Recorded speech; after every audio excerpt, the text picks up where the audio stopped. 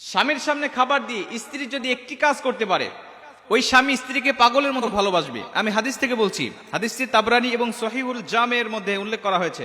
আল্লাহ রাসূল সাল্লাল্লাহু আলাইহি ওয়াসাল্লাম বলেছেন যে কোনো স্ত্রী যদি স্বামীর সামনে খাবার দেয় এবং খাবার দেওয়ার সময় বা খাবার খাওয়ার সময়, স্বামী দিনে হোক অথবা রাত্রি হোক, যখনই খাবার খেতে বসবে ওই সময় স্ত্রী শুধু একটি কাজ করবে, তাহলে দেখবে যে আল্লাহ পাক ওদের মধ্যে এত ভালোবাসা, এত মহাব্বত তৈরি করে দিয়েছে, যার কারণে ওই স্বামী স্ত্রীর দাম্পত্য জীবনকে আল্লাহ পাক সুখময় শান্তিময় করে দিবে।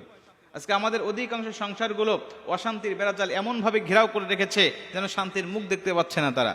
প্রত্যেকটা সংসারের মধ্যে আজকে অশান্তির বেড়াজাল দাউ দাউ করে জ্বলছে। প্রত্যেকটা সংসার আজকে পরকীয়ার সম্পর্ক, এমনকি অবৈধ সম্পর্কের মধ্যে মানুষ জড়িয়ে পড়েছে, যার কারণে সংসারগুলো আজকে আর জান্নাতের বাগান নেই। প্রত্যেকটা সংসার এখন জাহান্নামের গর্ত হয়ে গেছে। মুসলমান মা বোনেরা আমার, খুব মনোযোগ দিয়ে কথাগুলো শুনে নিবেন। আল্লাহ রাসূল কি বলতেছেন, সহিহুল জামি এবং তাবরানী শরীফের মধ্যে হাদিসটা উল্লেখ করা হয়েছে।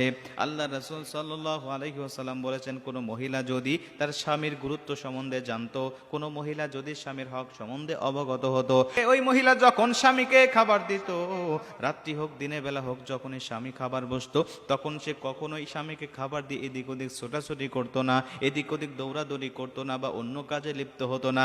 স্বামী যতক্ষণ খাবার শেষ না করে ততক্ষণ পর্যন্ত স্ত্রী তার পাশেই দাঁড়িয়ে থাকতো, অথবা যদি সে খাবার খেত তাহলে পাশে বসে খাবার খেত। যদি কোনো কিছুর প্রয়োজন হয় স্বামীর সঙ্গে সঙ্গে সেটা সে দিয়ে দিত। যদি লবণ লাগে, পানি লাগে, আর যা লাগুক না কেন, স্বামীর সঙ্গে সঙ্গে সঙ্গে সেগুলো পরিবেশন করত।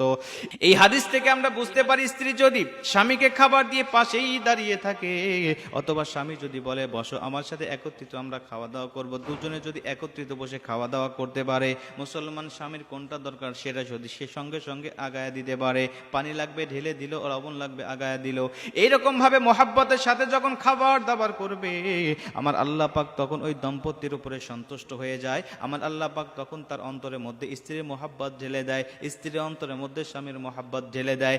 এইভাবে তাদের দাম্পত্য জীবনকে সুখময় শান্তিময় করে দেয়।